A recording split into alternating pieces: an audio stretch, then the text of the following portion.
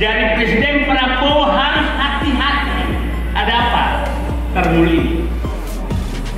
Lihat sekarang juru maki mereka di TV-TV bukan juru ngaku lagi, juru tabok. Semua orang mau ditabok sama mereka.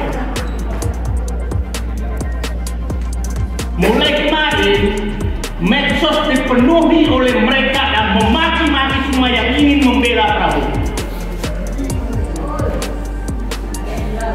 Ini kayaknya sudah mendekati perang kalau begini.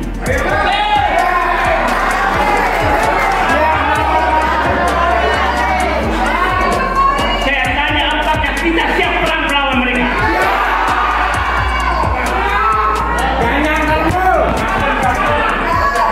Tapi saya ingin menyampaikan yang namanya Nono Sampono itu adalah Letnan Jenderal. Supaya clear, supaya Pak siapa namanya, Pak Sunarko tahu juga, ada juga bekas teman yang seperti itu.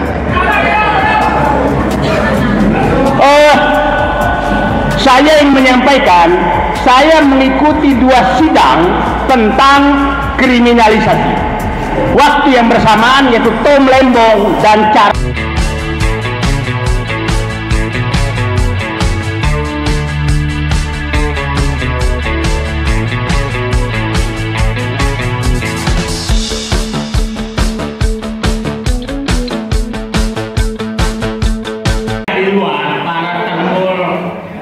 ini menyatakan orangnya itu saja. Dia nggak tahu bahwa memerdekakan Indonesia itu hanya Bung Karno, Bung Hatta itu saja. Mulai kemarin Termul sedang diterjunkan. Coba lihat, Termul sedang dibawa ke Solo dan tiap hari ada acara di sana. Dan sekarang didatangkan dari luar Pulau Jawa, Kalimantan sudah jalan.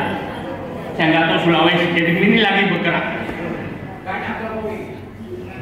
Jadi Presiden Prabowo harus hati-hati. Ada apa?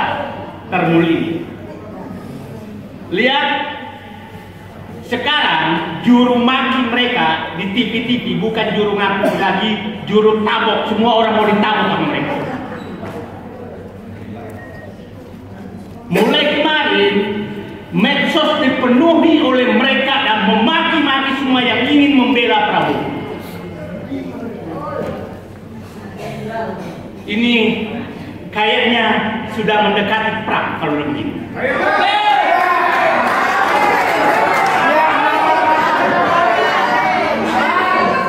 Saya tanya, apakah kita siap perang melawan mereka?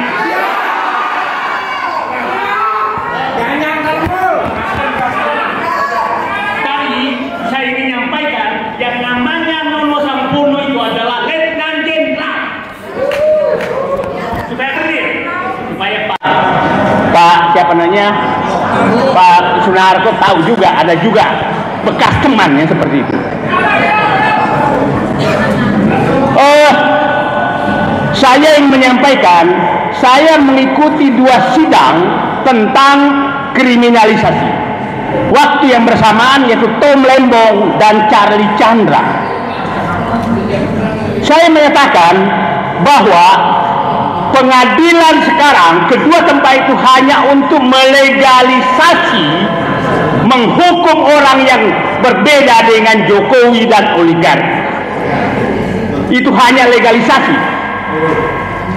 Di sidang Tom Lembong tidak ada yang didengar itu namanya fakta persidangan. Tidak ada. Sepertinya tuntutan jaksa sudah disiapkan di ruang yang disepakati oleh mereka sebelum sidang dilakukan.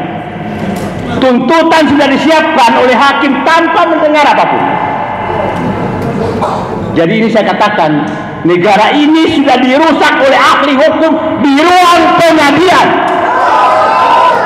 Mohon maaf, ahli hukum Anda perusak negeri, bukan para insinyur, tapi didukung oleh para politisi. Inilah negara kita. Jadi saya sudah membayangkan Charlie Chandra nanti tuntusannya saya yakin siapa tahu sudah dibikin di PIK 2 malam ini oleh mereka.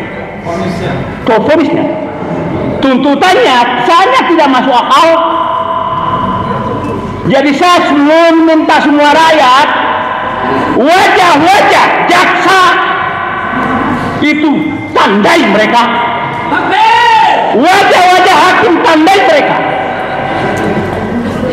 Mereka perusak negeri. Saya sudah tidak habis kesabaran melihat mereka.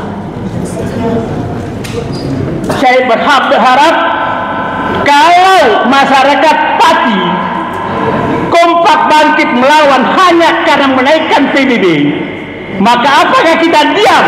Tanah kita mau dirampas oligarki, kita tidak kompak. Saya berharap seluruh Indonesia bangkit. Tanah kita mau dirampas mereka.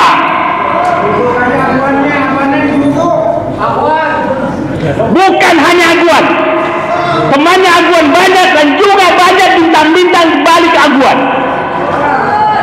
Oke? Coba kita lihat mereka.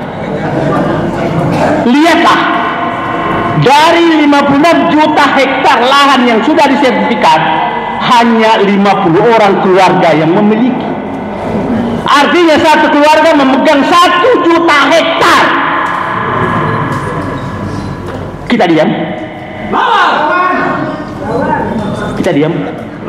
Bapak, saya perintis kemerdekaan. Insya Allah saya akan hadapi mereka apapun yang kita hadapi demi rakyat. Saya cerita pengalaman saya. Bayangkan Muhammad Said Didu yang teriak tiap hari itu menghadapi mafia tanah di Makassar. Selama 32 tahun saya hadapi mereka. Dengan 5 keputusan Mahkamah Agung memenangkan saya, tapi tetap diganggu oleh mafia tanah. 32 tahun, 5 keputusan Mahkamah Agung, tanah milik Said Didu masih diganggu terus. Terus kita harus diam? Coba bayangkan rakyat kecil apa yang akan dihadapi. Ini fakta. Jadi Bapak Presiden Prabowo, musuh Bapak adalah mafia tanah dan mafia hukum. Kalau Bapak tidak bisa menyelesaikan ini, jangan salahkan kalau rakyat Indonesia mengambil semangat masyarakat Pati untuk bergerak. Karena tidak ada jalan lagi. Oke? Nah sekarang, apa yang mereka lakukan sebenarnya? Ini semua aparat terlibat. Kasus 3 cara mereka mengambil tanah. Yang paling kasar adalah kriminalisasi, yang kedua intimidasi, yang ketiga adalah negosiasi VIP. Negosiasi VIP adalah terhadap toko-toko yang penentu di wilayah itu, kalau ada tanahnya maka dibeli harga bisa 100 kali lipat dari harga. Dan itu pernah dicobakan ke saya. Oke? Nah, makanya diam semua. Saya tahu semua nama-nama yang sudah dinikmati di PIK 2. Suatu saat akan saya buka, kalian memang. Saya tahu toko-toko yang punya tanah di sana dan sudah dibeli oleh PIK 2 dengan harga yang sangat mahal. Ya.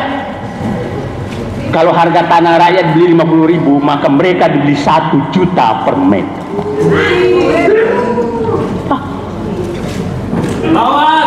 Dan yang negonya adalah yang pimpinan perusahaan itu berpangkat jenderal Purnawirawan. Fakta.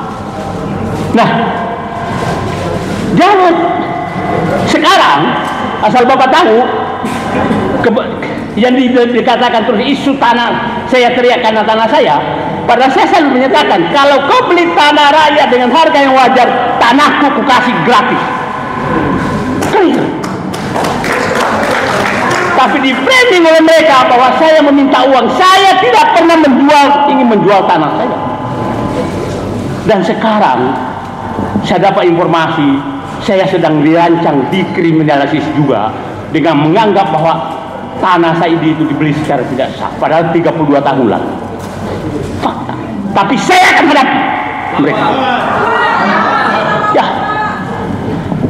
Ya mati bawa apa sih? Nah sekarang intimidasi itu terjadi kepada seluruh rakyat Banten, seluruh rakyat Indonesia. Intimidasi dilakukan oleh mereka. Dan biang keroknya dua sebenarnya adalah kepala desa lurah dengan BPN. Itulah biang kerok dua.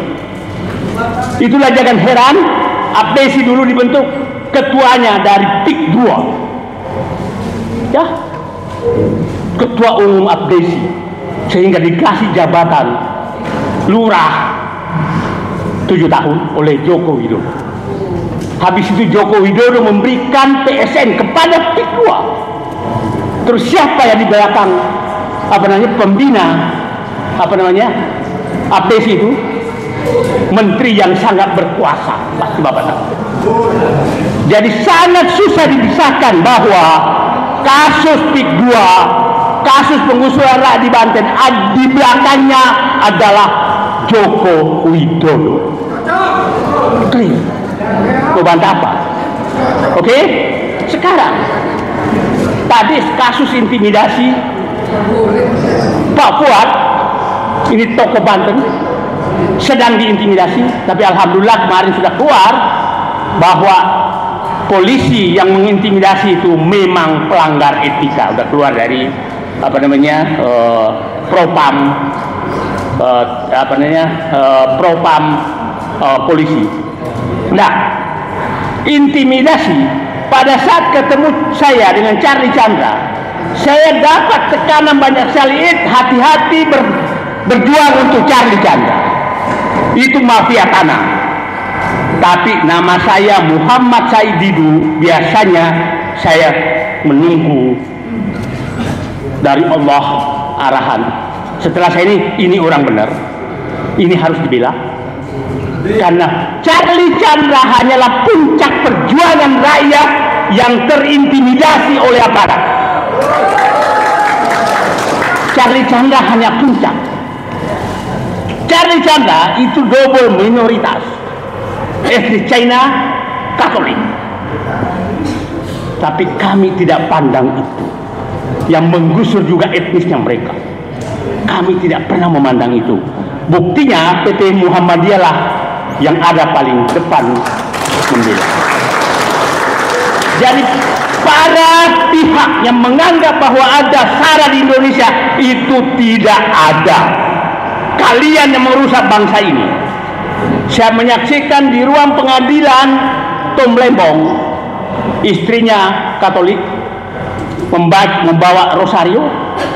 Di sampingnya lah ibu-ibu pakai jilbab membawa tasbih. Di ruang pengadilan, tasbih dan rosario berputar bersama. Kalian yang menganggap itu ada masalah etnis ini, bukan. Siapapun yang berbuat menggosok rakyat etnis itu kita lawan. Kami bukan anti etnis tertentu. Kami anti kepada orang yang mau menggosok rakyat. Itu yang kita.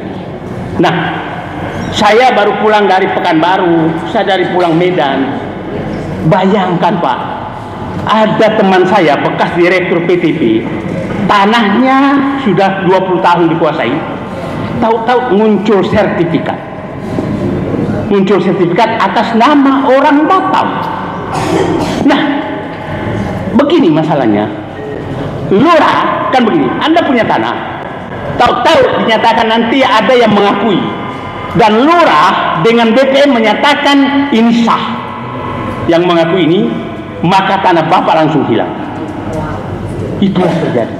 Itulah kenapa pada saat Menteri ATR BPN menyatakan saya akan membela pagar laut, saya tidak pernah percaya dia. Karena saya tahu dia. Ya.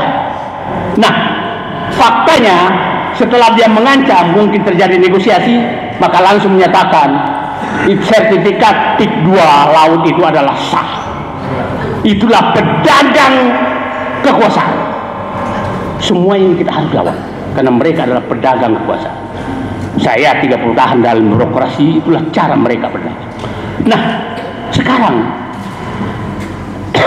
oke, kita menghadapkan dua pilihan.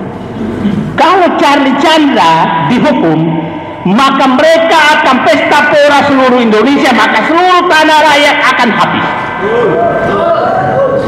Karena pasti seluruh aparat merasa ini ada uang.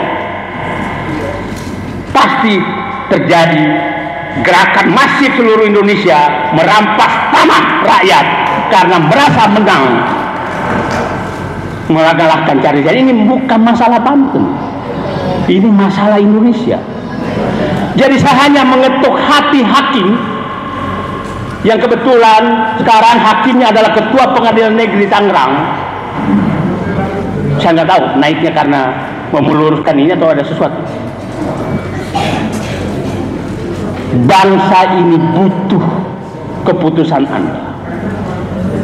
Menyelamatkan bangsa atau menghukum Charlie Chandra dan memenangkan oligarki, itu pilihan. Itu pilihan. Dan saya lihat hakimnya nggak terlalu muda juga, belum tentu hidup panjang lagi lah.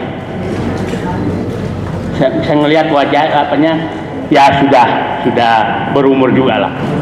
Nah, saatnya jangan sampai Presiden Prabowo turun lagi menegur hakim seperti kasus Tom Lembong. Ya. Tapi kalau umpamanya dia memenangkan oligarki, ini bukan perkara pidana. Ini perkara adalah memenangkan oligarki dan mensahkan oligarki menggusur rakyat. Tolong itu baca. Bukan sekedar pemalsuan formulir 13 itu. Bukan. Ini adalah perkara apakah Indonesia, apakah hakim masih memihak melindungi rakyat ataukah memang menjadi alat oligarki. Itu sebenarnya pilihannya bagi mereka. Saya berharap dengan Presiden Prabowo sudah menegur lewat abolisi kepada perkara Tom Lembong, hakim Pengadilan Negeri Tangerang menjadikan pelajaran bahwa saatnya mereka mengambil keputusan yang tidak menggunakan ruang sidang untuk memenuhi keinginan Aguan dan kawan-kawan. Terima kasih. Assalamualaikum warahmatullahi wabarakatuh.